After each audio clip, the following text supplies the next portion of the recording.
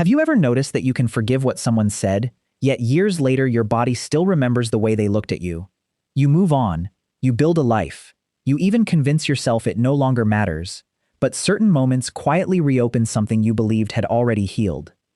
You rarely mention it because the memory feels too small to justify its weight. It was only a conversation, a passing comment, an ordinary afternoon. Yet whenever something similar happens, your voice softens, your thoughts become cautious, and you cannot explain why your heart reacts before your mind has time to argue. Perhaps what stayed with you was never the event itself. Perhaps it was the silent conclusion you reached about yourself while someone else was deciding how to treat you. That hidden process is far more common and far more psychologically significant than most people ever realize. Most people would never guess how often you revisit those moments. From the outside, you seem composed, capable, and unaffected. You laugh when expected, continue showing up, and carry conversations as though nothing important is happening beneath the surface. Few realize how much quiet effort it takes to keep old feelings from shaping ordinary days. What remains unseen is not constant pain, but constant interpretation.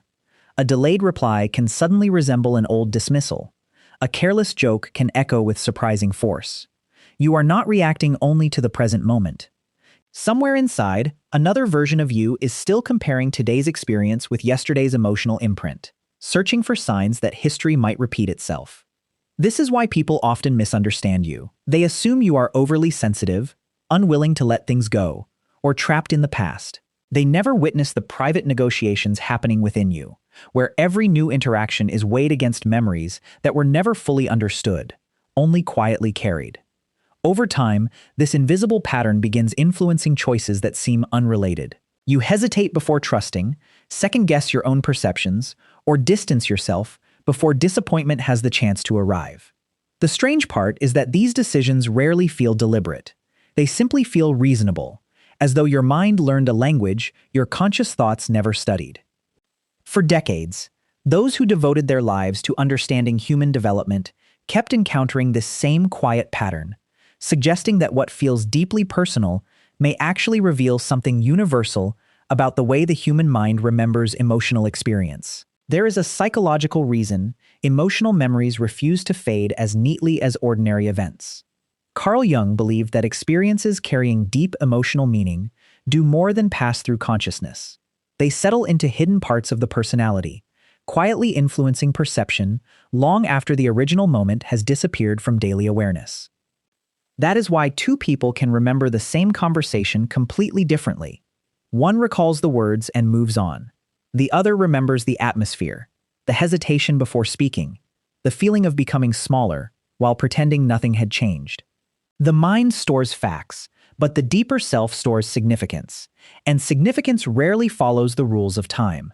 Over years of observing human development, psychologists noticed that emotional memory is less concerned with accuracy than with protection.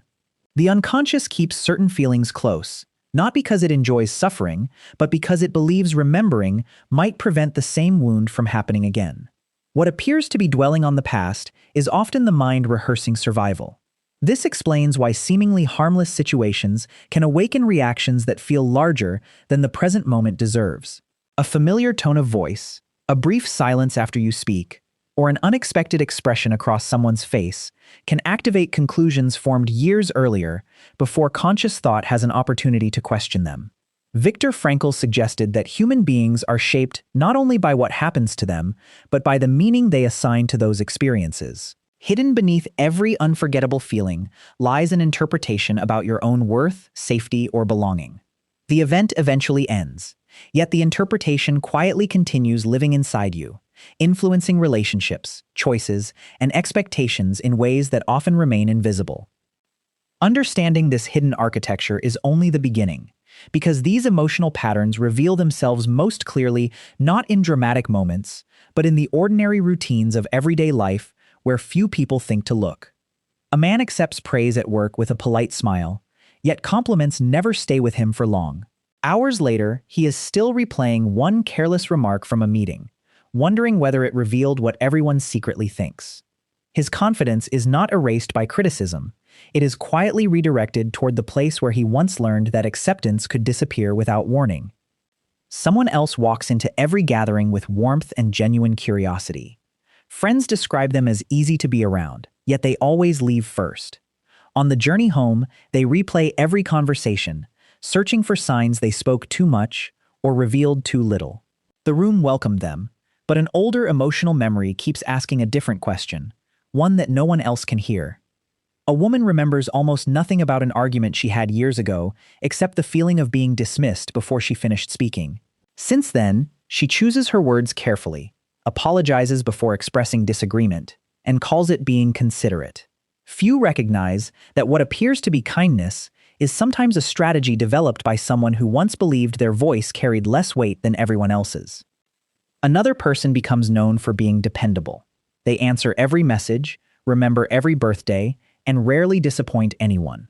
Their generosity looks effortless from the outside. Hidden beneath it is a quiet fear that being useful is the safest way to remain valued. The behavior earns admiration, yet the emotional bargain behind it remains invisible even to them. A young adult changes careers more than once, believing they simply have not discovered the right path. Each new beginning feels hopeful, until one disappointing experience makes them question everything again.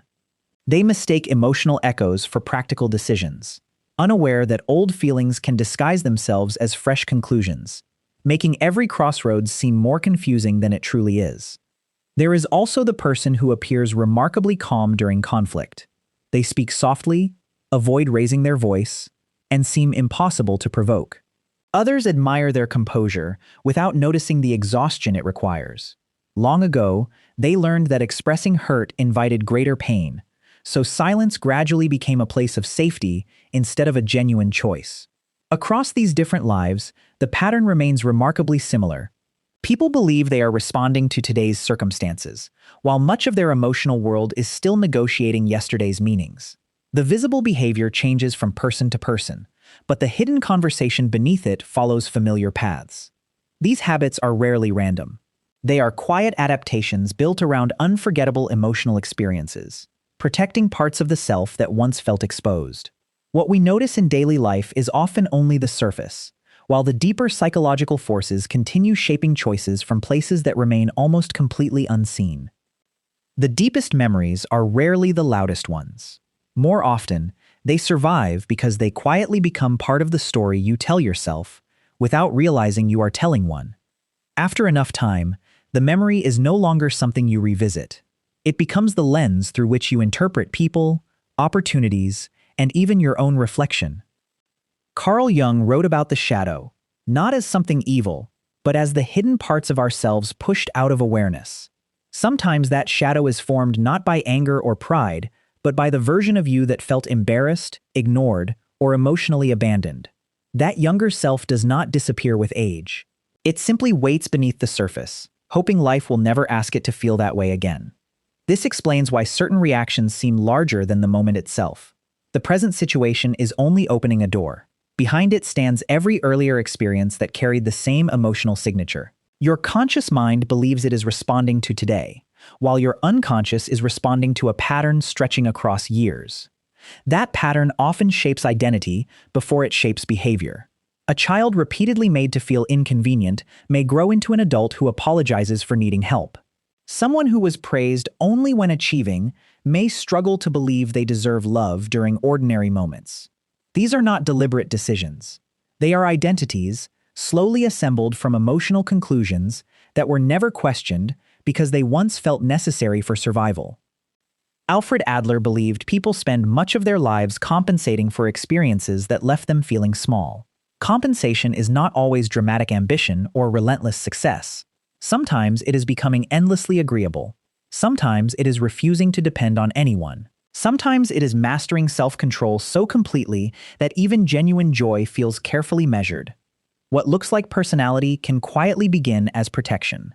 The remarkable part is that protection often survives long after the danger has disappeared. Your mind continues guarding doors that no one is trying to force open anymore. It mistakes familiarity for safety, even when that familiarity keeps repeating the very loneliness it hoped to prevent. This is where emotional memory becomes especially powerful. It does not simply preserve what happened. It preserves expectations. If someone important once made affection feel uncertain, Certainty itself may later feel unfamiliar. Healthy relationships can seem strangely uncomfortable because they do not match the emotional map already stored inside. The heart sometimes trusts what it recognizes before it trusts what is genuinely safe. Daniel Kahneman observed that human judgment relies heavily on mental shortcuts. Emotional life follows a similar path. The mind quickly predicts what a situation means based on previous experience, often long before careful reflection has a chance to intervene. This happens so naturally that intuition and old fear can become almost impossible to distinguish. That is why people occasionally leave conversations convinced they have been rejected, only to discover later that nothing of the sort occurred. The feeling arrived first, and the explanation followed afterward. The unconscious prefers coherent stories, even if they are built from incomplete evidence. It would rather feel certain than uncertain, because uncertainty once carried emotional risk. Rollo May suggested that anxiety is not always the presence of danger, but the awareness that something meaningful feels vulnerable. When someone never forgets how another person made them feel, they are often protecting more than a memory. They are protecting an identity they fear could be wounded again, even if the circumstances have completely changed. Perhaps the most overlooked truth is that unforgettable feelings are rarely asking you to remain trapped in the past. They are asking to be understood. Every recurring emotional echo points toward a conclusion your mind accepted long ago without the maturity, perspective, or language you possess today. Until that hidden conclusion becomes visible, life keeps presenting familiar emotional questions in different forms. Once that possibility begins to emerge, the past no longer appears as a collection of isolated memories. It starts revealing itself as a quiet blueprint, one that has influenced countless decisions without ever introducing itself by name. Seeing that blueprint changes more than memory. It changes the way an entire life begins to make sense. Looking back, you may discover that the moments you believed defined your weakness were quietly shaping your awareness instead. The feeling you carried was real, but the meaning attached to it was never fixed. What once seemed like proof that something was wrong with you may have been evidence that something deeply important needed understanding. The people you remember most clearly are often not those who changed your circumstances, but those who changed the way you saw yourself. Their kindness expanded your world. Their indifference narrowed it. Their words faded, yet the emotional meaning lingered, because it became part of the story through which you interpreted every relationship that followed. Seen from this perspective, remembering is not the problem. The deeper question is what your memory has been asking you to protect. Every unforgettable feeling has been pointing toward an unfinished conversation within yourself, one that cannot be resolved by changing the past because it was never only about the past. As this realization settles, your history begins to look different. Pain does not become less real, nor do old experiences suddenly become acceptable. What changes is the quiet belief that those moments possess the final authority to define who you are. They become chapters that shaped your journey, rather than verdicts that determined your identity. Not everyone reaches this understanding, and the difference it creates is greater than it first appears. This is where many people quietly lose themselves. They recognize that certain memories still shape them, yet they continue believing those memories are permanent evidence of who they are instead of unfinished interpretations waiting to be questioned. Two people can carry the same emotional wound into adulthood and arrive at entirely different lives. One slowly begins seeing painful experiences as chapters that informed them without imprisoning them. The other unknowingly builds an identity around being misunderstood, disappointed, or emotionally unsafe, until those experiences become the only lens through which new relationships are viewed. Bitterness rarely arrives all at once. It grows through countless ordinary moments, when every new encounter is measured against an old injury. Approval becomes difficult to trust. Kindness feels temporary. Distance begins to feel wiser than vulnerability, even when it quietly creates the loneliness the heart hoped to avoid. The crossroads is not between remembering and forgetting. It is between allowing yesterday's emotional conclusions to become tomorrow's identity, or recognizing that every memory tells a story, and stories can be understood more deeply than the frightened version of ourselves once believed. That final realization opens the door to a quieter kind of freedom. Nothing changes overnight after this realization. You still remember certain faces, certain conversations, and certain moments that seem to leave invisible fingerprints on your life.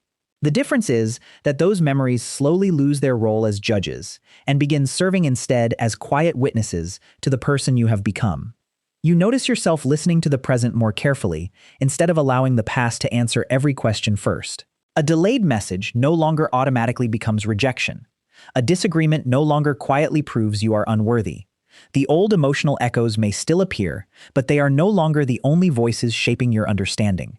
There is a quieter confidence that begins to emerge, not because life has become easier, but because your identity is no longer borrowed from the way someone else once treated you. You start recognizing that another person's inability to see your worth was never reliable evidence that it did not exist.